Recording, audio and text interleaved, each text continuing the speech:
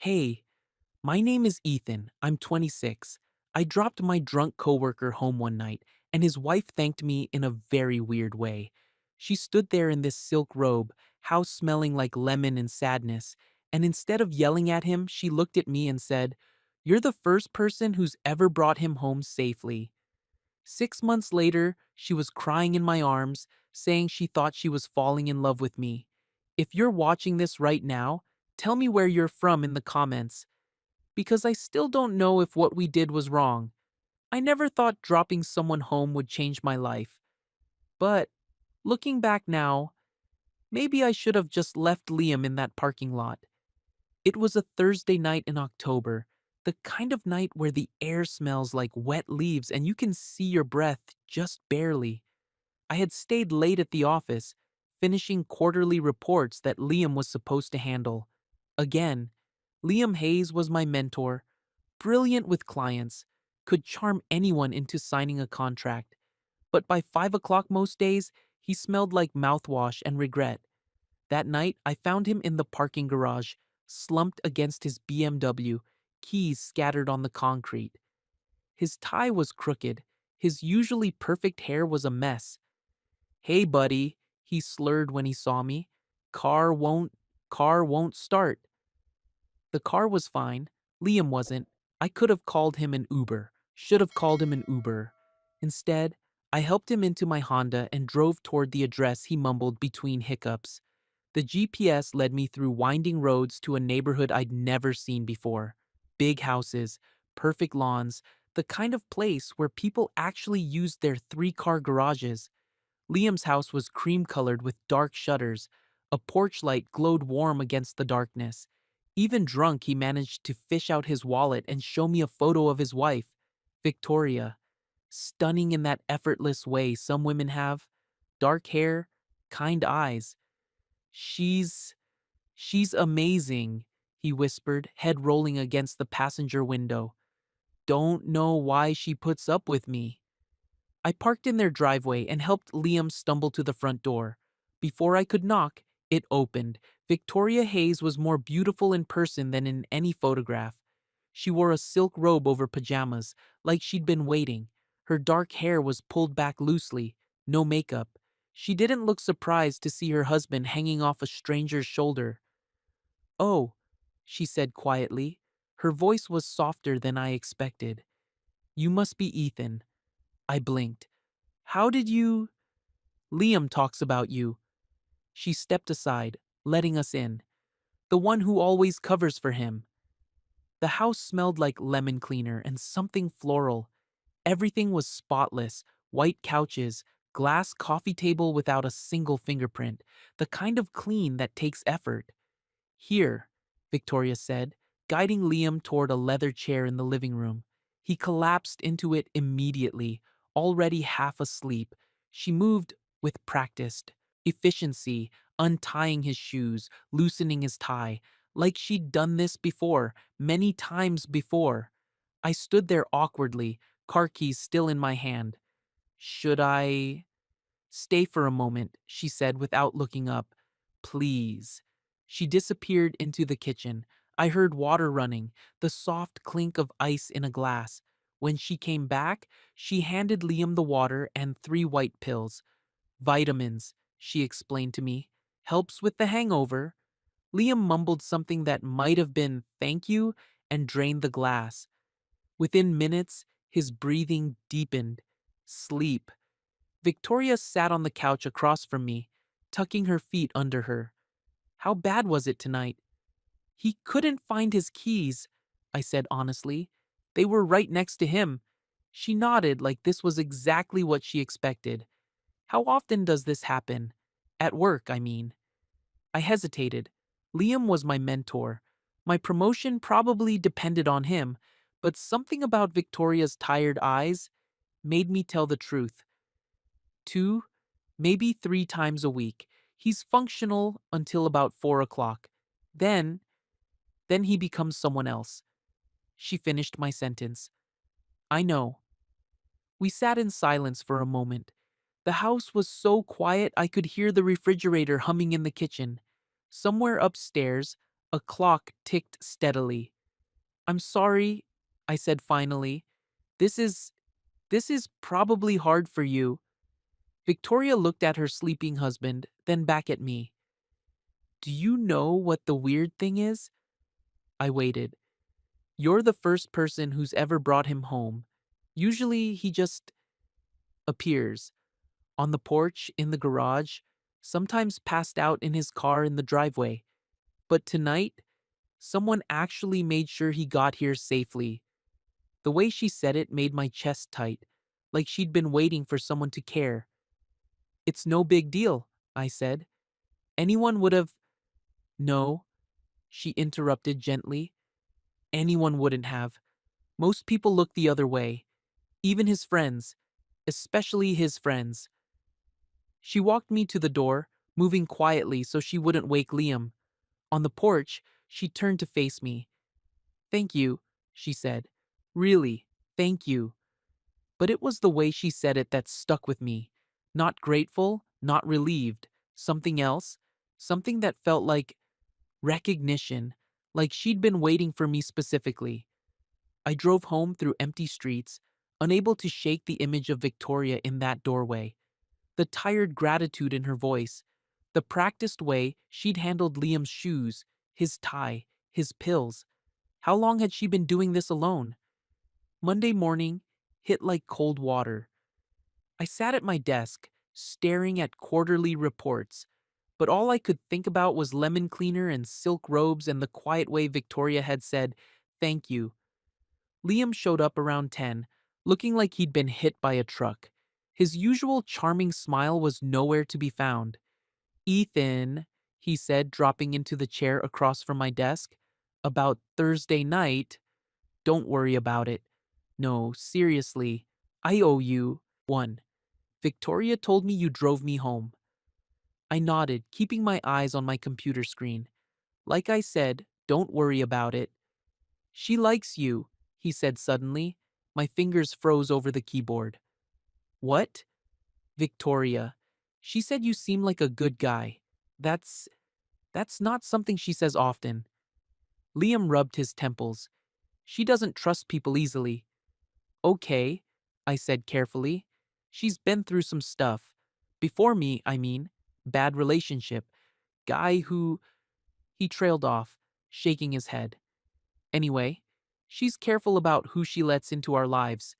But she said something about you seeming different." Different. The word followed me around all day. That afternoon, my phone buzzed with a text from an unknown number. "This is Victoria. Liam gave me your number. I hope that's okay. I wanted to thank you again for Thursday night." I stared at the message for a long time. Professional, polite, but she'd reached out, taken the step. No problem at all. "Hope Liam is feeling better." "He is. Thank you." "Ethan, can I ask you something?" My heart rate picked up. "Sure. How long has he been this bad at work? And please be honest." I set the phone down, walked to the window, picked it up again. Liam was 3 desks away, laughing with a client on the phone, looking completely normal. It's been gradually getting worse over the past few months. Nothing that affects his work quality yet, but you're covering for him. Sometimes. 3 dots appeared, disappeared, appeared again. "I'm sorry. That's not fair to you." "It's fine. Really, it's not fine, Ethan, and I think we both know that." I didn't know how to respond to that, so I didn't. But I saved her number. The next text came 3 days later. "Hi, it's Victoria. I hate to ask this, but Liam didn't come home last night. His phone goes straight to voicemail.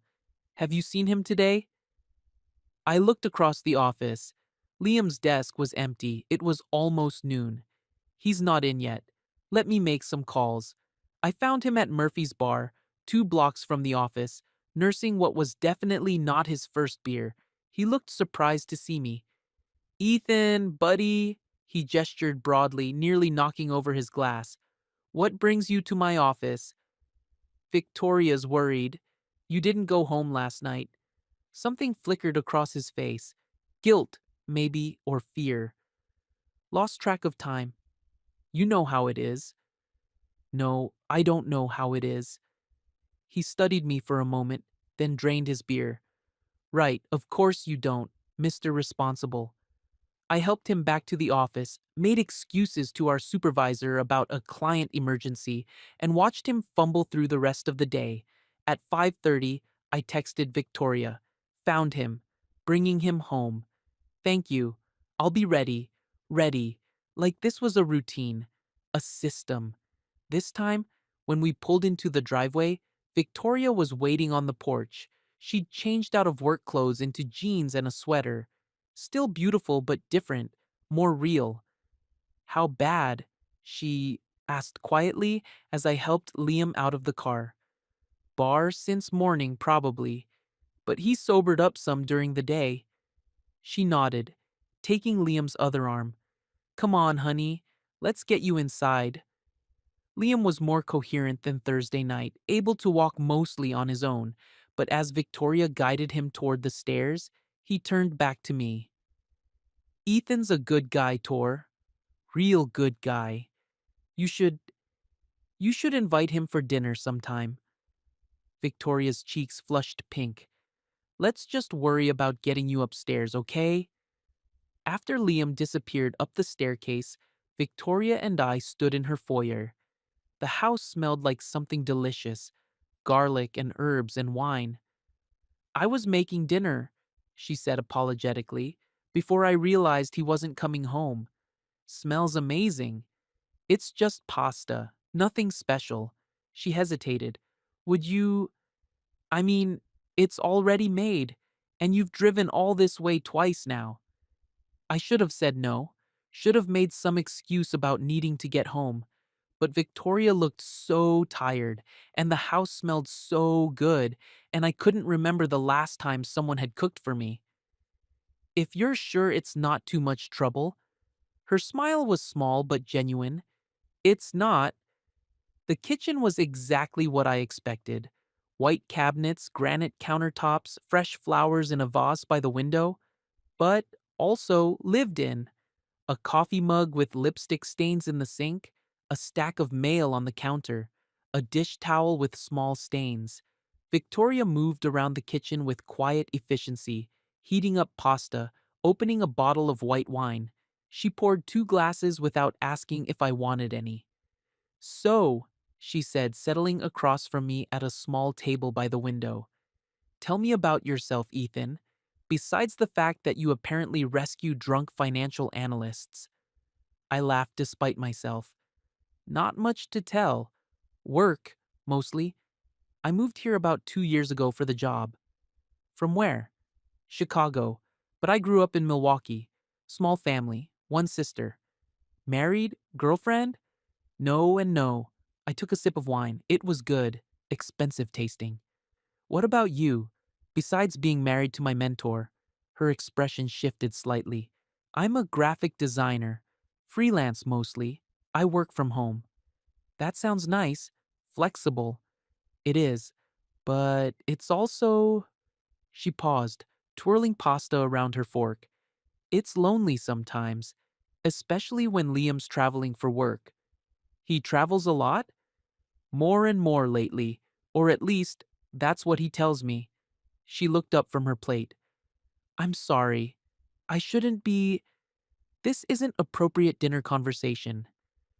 It's fine, I said, and I meant it. There was something about Victoria that made me want to listen, want to understand. We ate in comfortable silence for a while. Through the kitchen window, I could see the neighbor's house across the street. A woman sat on the porch reading under a lamp. That's Mrs. Patel, Victoria said, following my gaze. She's out there every evening, keeps track of the whole neighborhood. Must be nice, having someone watching out. Or watching, period. Victoria's voice was dry. She definitely noticed you were here Thursday night, and now tonight. My stomach tightened. Is that is that going to be a problem? For who? Good question. For Liam? For Victoria? For me? I don't know, I said honestly. Victoria reached across the table and touched my forearm lightly. just for a second. I'm not worried about Mrs. Patel, but her touch lingered on my skin long after she pulled her hand away. After dinner, Victoria walked me to the door again. The porch light was on, casting the same warm glow as Thursday night. "Thank you," she said, "for finding him, for bringing him home, for for staying. Thank you for dinner. It was really good." "Ethan?" Her voice was softer now. "Can I ask you something?" "Sure. Why do you do it? Cover for him at work, drive him home, clean up his messes. He's your mentor, but why?" I thought about it. The real answer was complicated. Liam had taken me under his wing when I was new, taught me things, opened doors, but lately, I guess I keep thinking he'll get better, that he'll figure it out. Victoria nodded slowly. I keep thinking that too. She looked so sad in that moment, so tired. I wanted to say something that would help, but what could I say? That her husband would stop drinking? That things would get better? I didn't know if that was true. "Good night, Victoria?" "Good night, Ethan." I drove home thinking about the way she'd said my name, the touch on my forearm, the loneliness in her voice when she talked about working from home.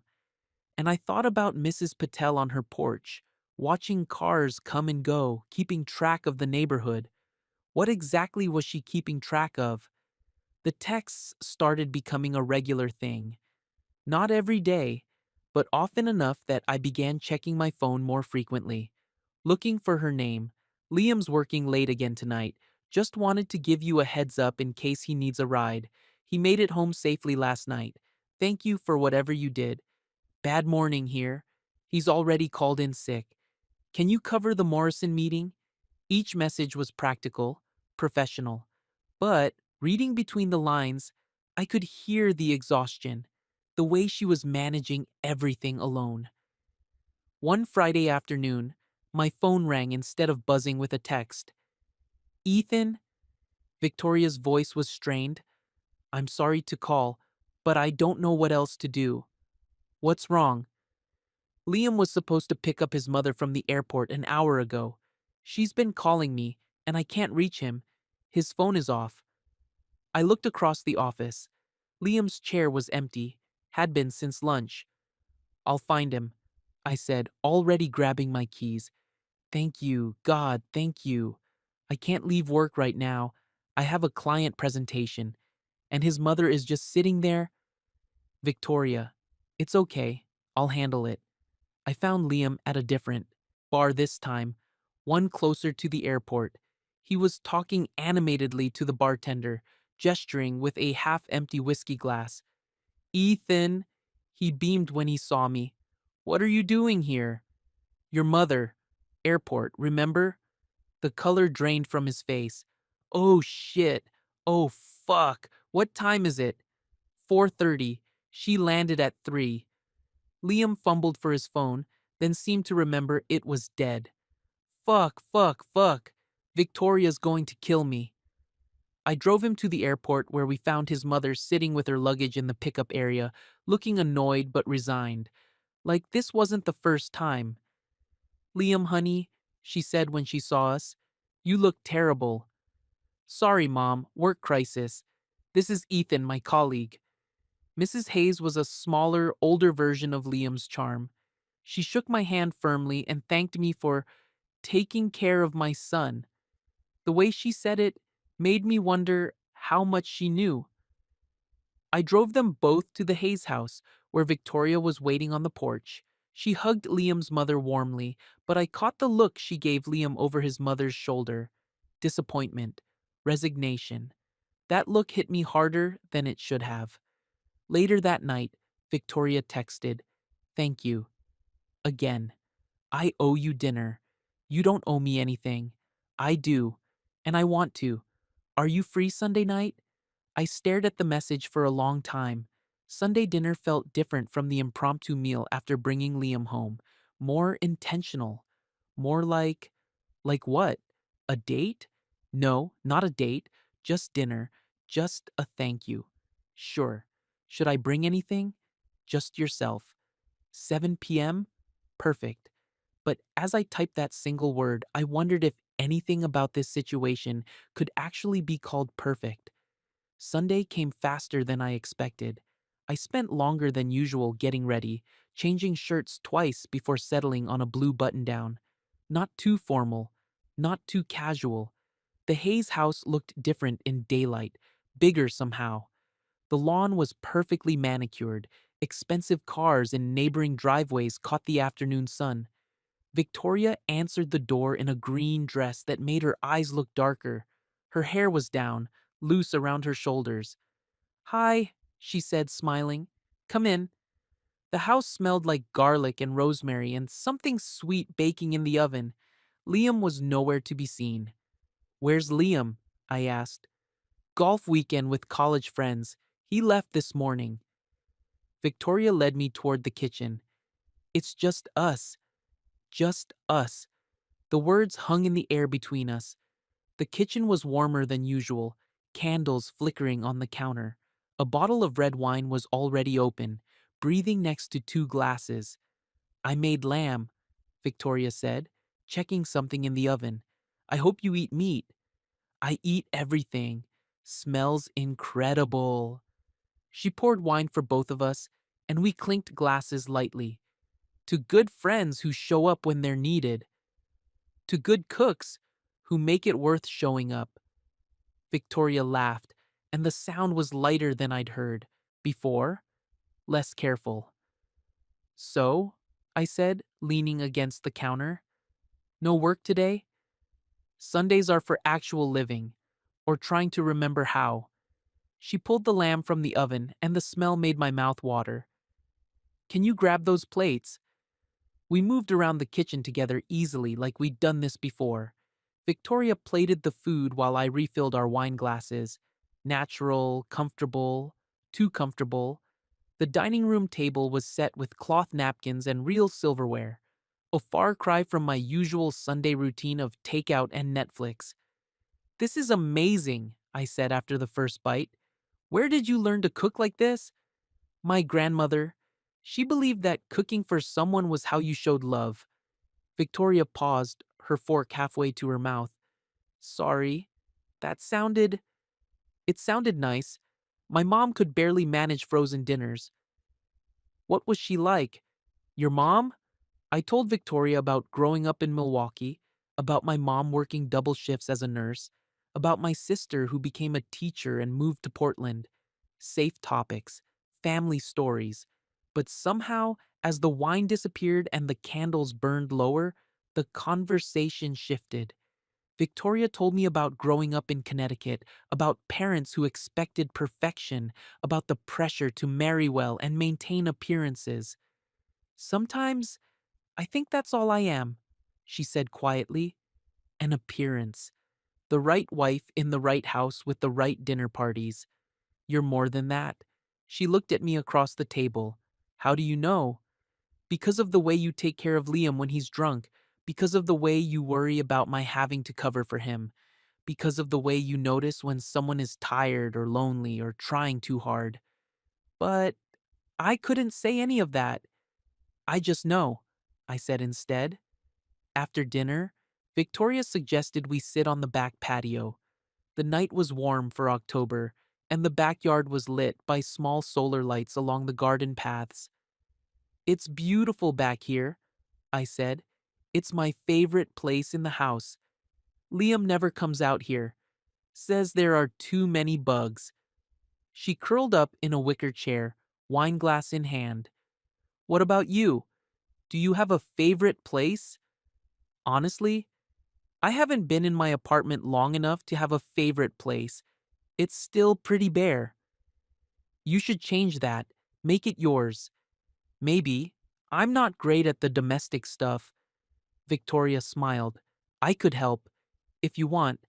I'm good at making spaces feel like home." The offer hung between us, loaded with possibilities I didn't want to examine too closely. "That's really nice of you," I said carefully. But, but nothing. It's just, this is already more than I should probably accept." Victoria set down her wine glass. What do you mean? I gestured around the patio, at the house, at the situation we were sitting in.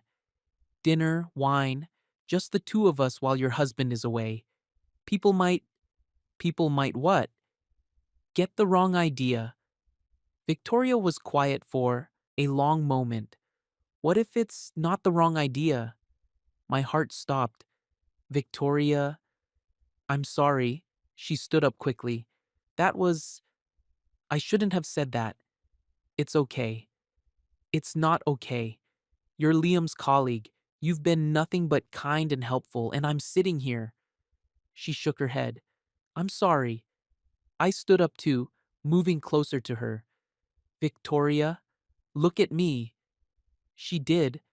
In the dim light from the garden lamps, her eyes looked sad and scared and hopeful all at once. You don't have anything to apologize for, I said quietly. Don't I? We were standing close now, close enough that I could smell her perfume, close enough that if I reached out, I could touch her face, close enough that if either of us moved another inch, everything would change. I took a step back. I should go, I said. Victoria nodded, but she looked like I'd just slapped her. Of course. Yes. Thank you for coming. The formality was back in her voice, the careful distance. I followed her through the house to the front door. In the foyer, she turned to face me. Ethan?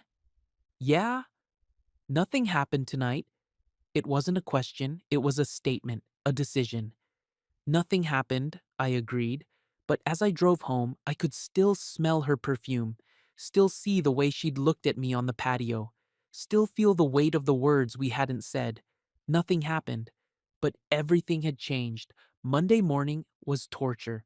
I sat at my desk, pretending to work, but all I could think about was Victoria's voice saying, "What if it's not the wrong idea?"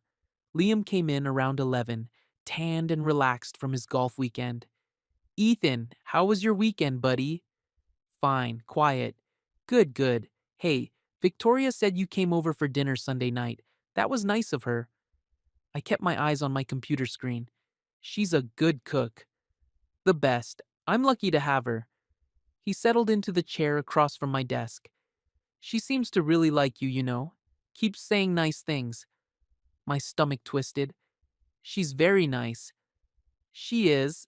Sometimes I think. Liam trailed off, staring out the window. Sometimes I think she deserves better than me. The honesty in his voice caught me off guard. Liam, no, it's true. She's smart, beautiful, patient, way more patient than I deserve. And I keep. He shook his head. I keep making things harder for her. So stop. He looked at me. It's not that simple. Why not? Because. Liam was quiet for a long moment. Because some things are easier to avoid than fix. That afternoon, my phone buzzed with a text. Thank you for last night, for dinner and for understanding. Thank you for cooking. It was really nice. I hope we can still be friends. After everything. Friends. The word felt like a compromise, a safe harbor. Of course, always. Good. I was worried I'd made things awkward. Not awkward, just complicated. I know, I'm sorry. Don't be sorry. Just be careful. You too. That was where we left it. Complicated, but careful. But 3 days later, my phone rang at 11:30 at night. Ethan? Victoria's voice was shaky. I'm sorry to call so late, but I don't know what else to do. I was already reaching for my shoes. What's wrong? Liam's in jail. Victoria's words hit me like ice water. I was already grabbing my keys, pulling on shoes. What happened? DUI. He ran a red light downtown and there was an accident. No one was hurt, but. Her voice broke. Ethan, I don't know what to do. Where are you? At home. They called me 2 hours ago. I've been sitting here staring at the phone and I couldn't think of anyone else to call. That hit me harder than it should have. In her moment of crisis, she'd thought of me. I'm coming over, I said. You don't have to. I'm already in the car. The drive to Victoria's felt different this time, urgent. When I pulled into the driveway, she was waiting on the porch in pajamas and a cardigan, hair pulled back messily. No makeup. She looked young and scared. Thank you for coming, she said as I walked up the steps. I know it's late. Don't worry about that. Tell me what happened. We sat on the living room couch, the same one where I'd helped position Liam that first night. Victoria curled up in the corner, arms wrapped around her knees. He was at some client dinner. Called me around 8, slurring, saying he was going to be late. I should have gone to pick him up. Her voice was hollow. Instead, I went to bed early. Didn't want to deal with it. Victoria, this isn't your fault. Isn't it? How many times have I enabled this? Made excuses? Covered for him with his mother, his friends, his work? She looked at me with red-rimmed eyes. How many times have I asked you to cover for him? I didn't know how to answer that. The police said he hit a parked car, just scraped it, but he was way over the limit. And there were empty bottles in his car, like he'd been drinking while driving. My stomach turned. Jesus! They're holding him overnight. I can bail him out in the morning, but... She shook her head. I don't know if I should. What do you mean? I mean, maybe this is what needs to happen. Maybe if I bail him out, I'm just enabling him again. But if I don't... She wiped her eyes with the sleeve of her cardigan. If I don't, what kind of wife does that make me? I wanted to reach over and touch her hand, pull her closer, tell her that any man who put her in this position didn't deserve her loyalty. Instead, I said, what do you think is right? Victoria was quiet for a long time. I think I'm tired of cleaning up messes that aren't mine. We talked until dawn, not about Liam, but about everything else.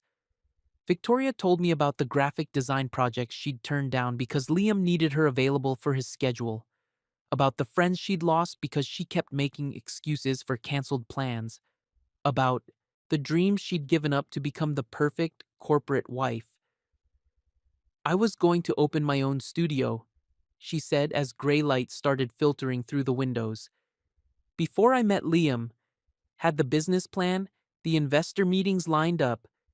Then he proposed, and suddenly I was planning a wedding instead. You could still do it, could I? I'm 41, Ethan. I've been out of the game for 8 years. 41 isn't dead, and you're talented. She smiled sadly. How would you know? Show me. Victoria led me upstairs to a small room I hadn't seen before. Her office. The walls were covered with design mock-ups, color palettes, sketches. It was beautiful, creative, nothing like the sterile perfection of the rest of the house. This is amazing, I said, studying a logo design for a children's bookstore. Why aren't you doing this professionally?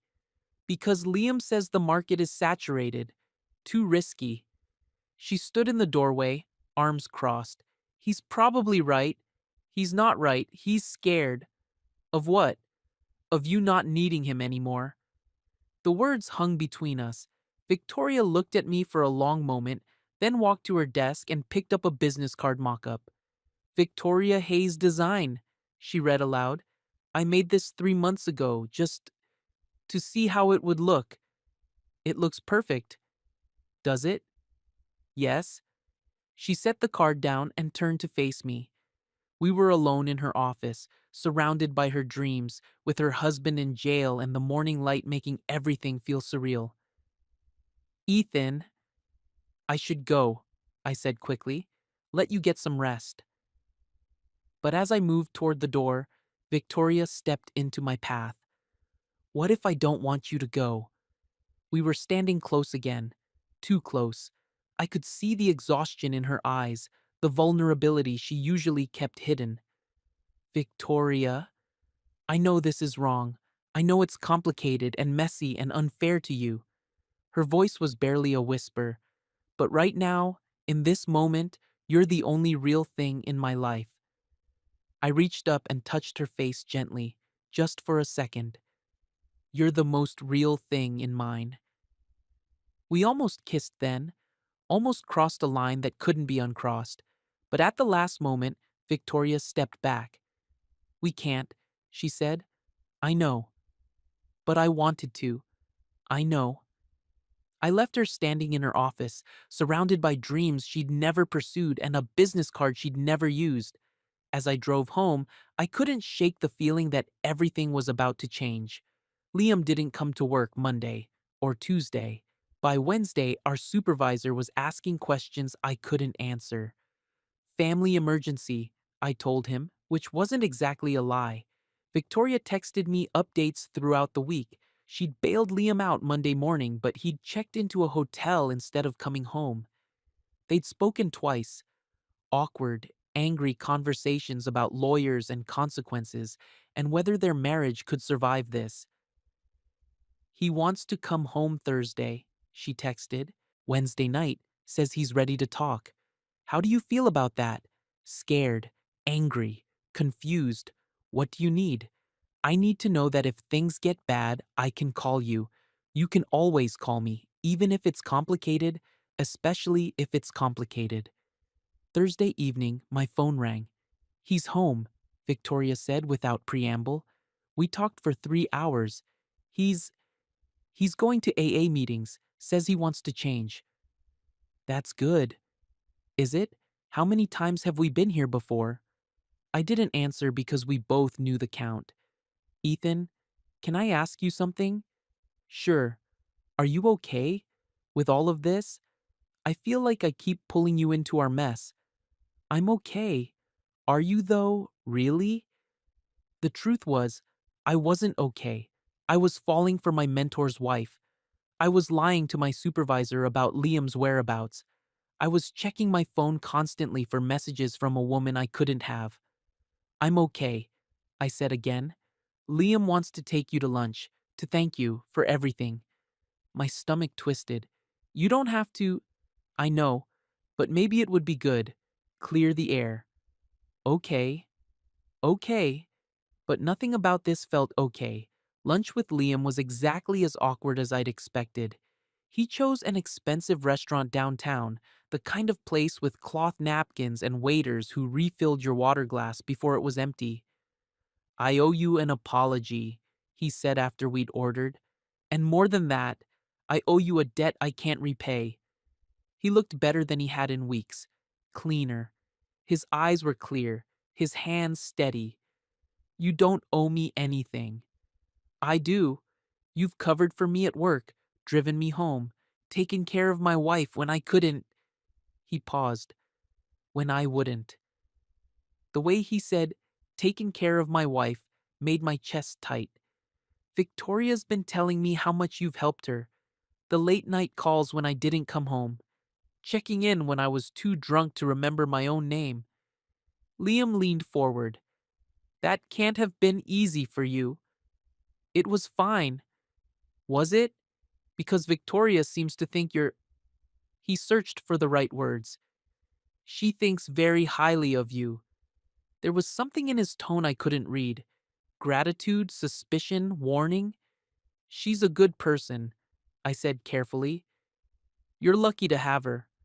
I am, and I almost lost her. Liam's voice was quiet. The night I got arrested, she told me she was done, that she couldn't watch me destroy myself anymore. And you know what? She was right. He told me about the AA meetings, the counselor they'd started seeing, the changes he was committed to making. It all sounded genuine, hopeful, but there was still something in his eyes when he looked at me, something that made me wonder how much he really knew. Ethan, can I ask you something? Sure. Do you have feelings for my wife? The question hit me like a physical blow. I set down my fork, mouth suddenly dry. Liam, it's okay. I'm not angry. I need to know. I thought about lying, about protecting myself, protecting Victoria, protecting whatever fragile stability Liam had found. Instead, I told the truth. Yes. Liam nodded slowly. And her? Does she? You should ask her that. I did. My heart stopped. And? And she said you were a good friend who'd helped our family through a difficult time. Nothing more. Relief and disappointment hit me simultaneously. Victoria had protected us both. But, Liam continued, she also couldn't look me in the eye when she said it. We sat in silence for a moment. Around us, the restaurant hummed with conversation and clinking silverware. Normal people having normal lunches without the weight of secrets between them. What happens now? I asked. Now I get better. I fix my marriage. I become the man Victoria deserves. And if you can't? Liam met my eyes. Then maybe she deserves someone who can. I didn't hear from Victoria for a week after that lunch. No texts, no calls, no updates about Liam. The silence felt deliberate. But the following Friday, my phone buzzed during a late meeting. Can you come over? Liam's at an AA meeting. I need to talk to someone. I stared at the message for a long time. After everything that had happened, after the conversation with Liam, after the careful distance we'd been maintaining. I'll be there in 20 minutes. Victoria met me at the door in jeans and an oversized sweater. Her hair was in a messy bun, and she looked like she'd been crying. Thank you for coming, she said, stepping aside to let me in. I know things have been weird since your husband asked if I had feelings for you. She winced. He told you about that? He told me he asked. I told him the truth. Victoria closed her eyes. What did you say? That yes, I do, and that he should ask you the same question. He did. I know. He told me what you said. We were standing in her foyer again, just like that first night, but everything was different now. The air between us was thick with things we'd said and things we hadn't. I lied, Victoria said quietly. My heart hammered against my ribs. About what? About what you mean to me. About how I feel when you text me or call me or show up here when I need you. She looked up at me with tears in her eyes. I lied because the truth is too big and too scary and too late. Victoria, I'm 41 years old and I've never felt this way about anyone. Not even Liam when we were dating. You listen to me. You see me. You make me feel like I matter. I stepped closer to her. You do matter. Not to him, not really. I'm just the woman who keeps his house clean and his secrets quiet. What are you saying? Victoria wiped her eyes with the back of her hand. I'm saying I think I'm falling in love with you, and I don't know what to do about it. The words hung in the air between us like a confession, an admission of guilt and hope and desperation all at once. I reached for her then, pulled her against my chest, and held her while she cried. She fit perfectly in my arms, like she'd always belonged there. I love you too, I whispered into her hair. She pulled back to look at me. What do we do now? I don't know. We can't do this to him. Not when he's trying so hard to get better. I know. But I can't pretend I don't feel this anymore. I know. We stood there holding each other in her foyer, both of us knowing we were crossing a line but unable to step back. Finally, Victoria pulled away. You should go, she said. Probably. Before he gets home. Right. But I didn't move, and neither did she. Ethan. Yeah? Will you stay? Just for a while? We don't have to. We can just sit. Talk. I just. I don't want to be alone right now. So, I stayed. We sat on her couch, careful to maintain distance between us, and talked about everything except what we'd just admitted to each other. When Liam's headlights swept across the front windows an hour later, I slipped out the back door like a teenager sneaking around. But as I drove home, I could still feel the weight of Victoria's head against my chest. Still hear her saying she thought she was falling in love with me. Still taste the promise of something we couldn't have. Monday morning, brought a call from HR. Ethan, could you step into my office for a moment? Jenna Morales, our office manager, was sitting across from HR Director Patricia Wells when I walked in. My stomach dropped. Please, sit down, Patricia said. We need to discuss something that's come to our attention. I sat, trying to keep my expression neutral. There have been some concerns raised about your relationship with Liam Hayes and his family situation, Patricia continued. Specifically, reports that you've been frequently absent from evening work events, covering for Liam's absences, and spending time at his home. Who reported this? Jenna cleared her throat. It wasn't a formal report, but there have been observations, late night phone calls during office hours, text messages, changes in your work patterns that coincide with Liam's difficulties. I've been helping a colleague who was going through a rough patch. We appreciate your loyalty, Patricia said, but we need to be clear about appropriate boundaries. Liam is your senior, and any appearance of impropriety, whether with him or his family members, could compromise both of your positions here. The message was clear. They knew. Maybe not everything, but enough. I understand, I said. Good. We're not taking any formal action at this time, but we wanted to make sure you're aware that your helpfulness has been noticed. That afternoon, I called my sister Rachel. I needed to talk to someone who would tell me the truth, even if I didn't want to hear it. Can you meet me for coffee? I asked. I need some advice. We met at a quiet cafe near her apartment. Rachel studied my face as we sat down, with our drinks. You look like shit, she said with typical sisterly bluntness. Thanks. What's going on? I told her. Not everything, but enough.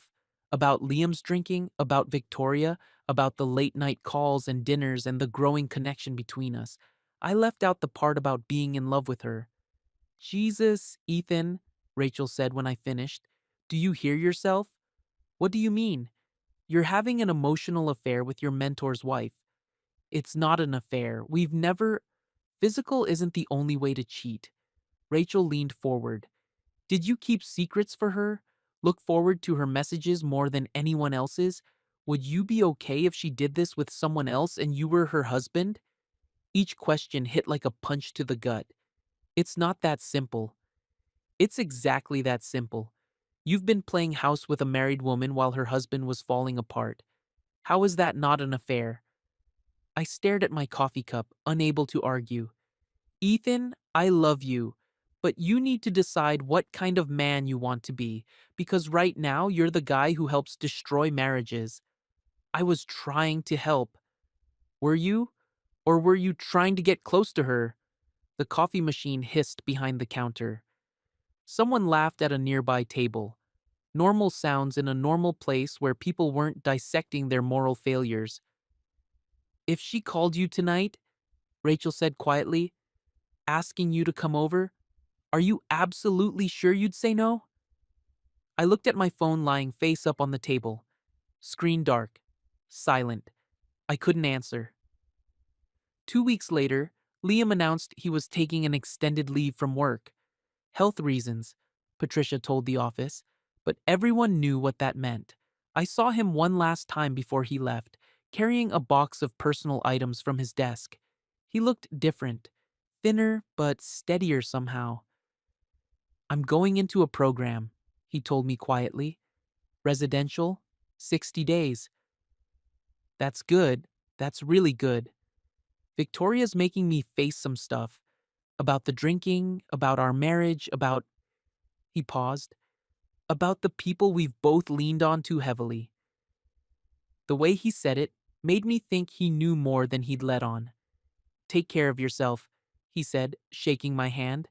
And Ethan, thank you for everything. After he left, I sat at my desk staring at the empty chair across from me, the space where my mentor used to sit before I helped dismantle his life. That night, I went through my phone and archived my message thread with Victoria. Not deleting, I wasn't ready for that, but hiding it where I wouldn't see her name every time I looked at my phone. For a week, there was nothing.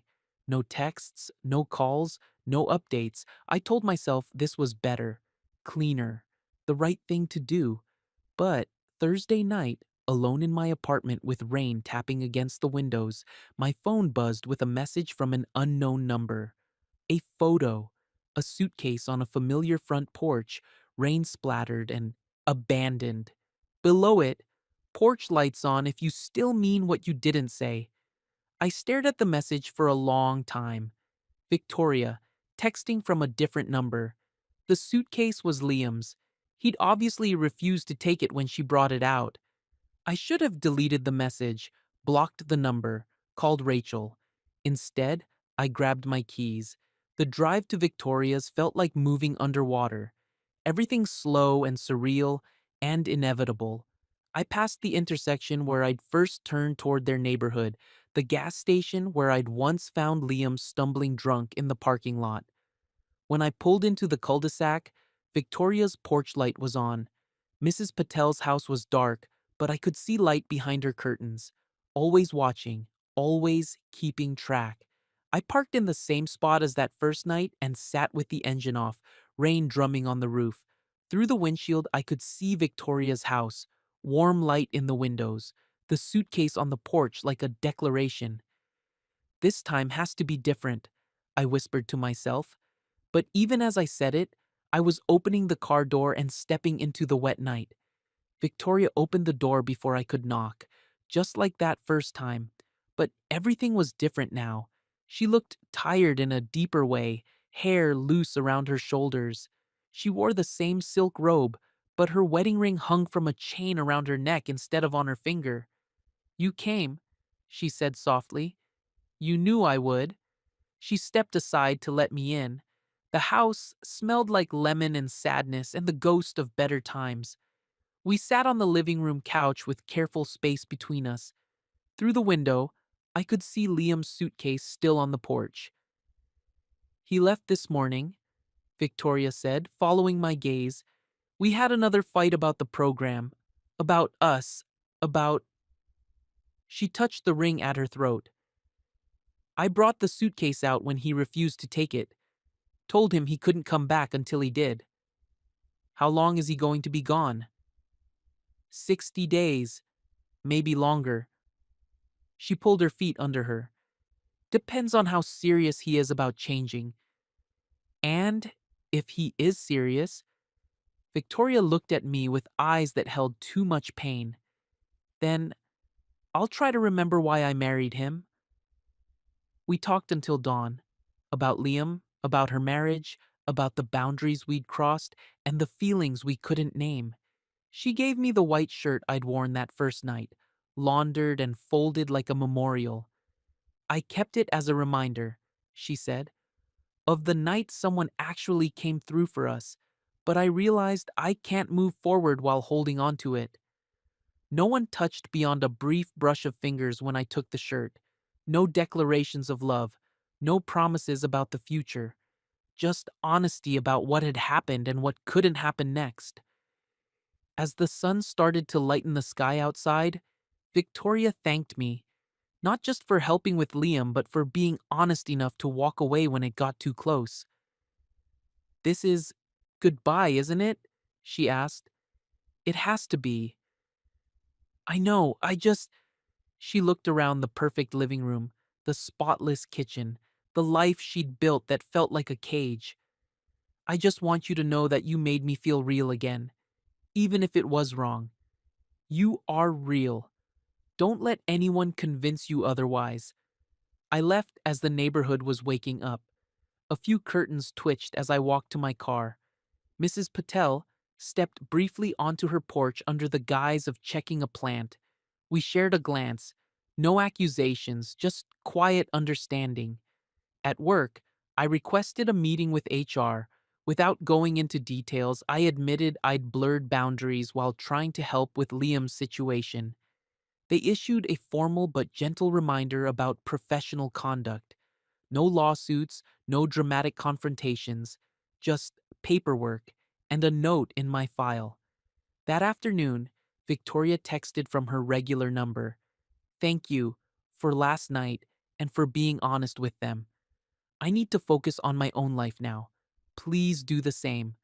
I typed back, You're right. I wish you well. The screen went dark. Final. Over the next month, I threw myself into work. Liam's temporary replacement was professional, but distant. The office felt different without his charm filling the spaces between meetings.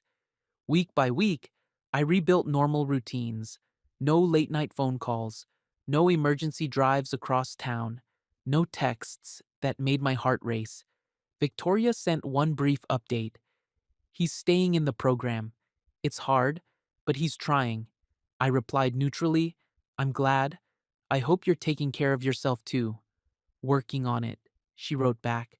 That was it. Professional, distant, the way it should have been from the beginning. The final text came a month later. No more updates needed. I think we both deserve a normal life. There was a small porch light emoji at the end, subtle and bittersweet. I changed her contact name to VH and put my phone away.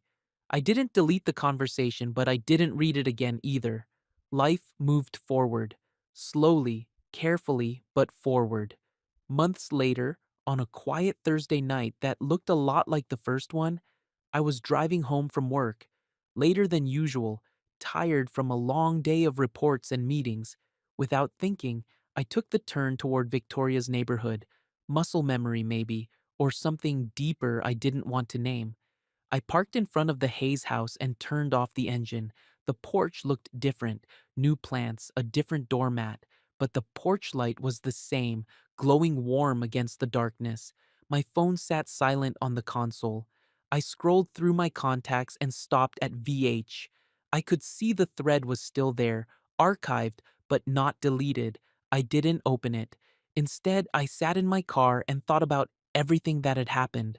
The smell of whiskey on Liam's breath that first night, Victoria's tired gratitude, the lemon-scented kitchen where we'd shared dinners and secrets, the weight of her in my arms when she cried, the careful distance we'd maintained even as we fell. I could imagine knocking on that door, being invited in, sitting on that familiar couch. But I didn't move. Instead, I watched the house from the street, seeing silhouettes move briefly behind curtains. No details, no context, just the knowledge that life was happening inside those walls, and I was no longer part of it. The porch light flickered once, then steadied. Probably just an automatic timer, completely innocent, but it still felt loaded with memory. I turned the key in the ignition and slowly drove away, glancing once in the rearview mirror at the glowing porch light getting smaller behind me. Some doors you never walk through, but you still slow down every time you drive past them at night just to see if the porch light is on.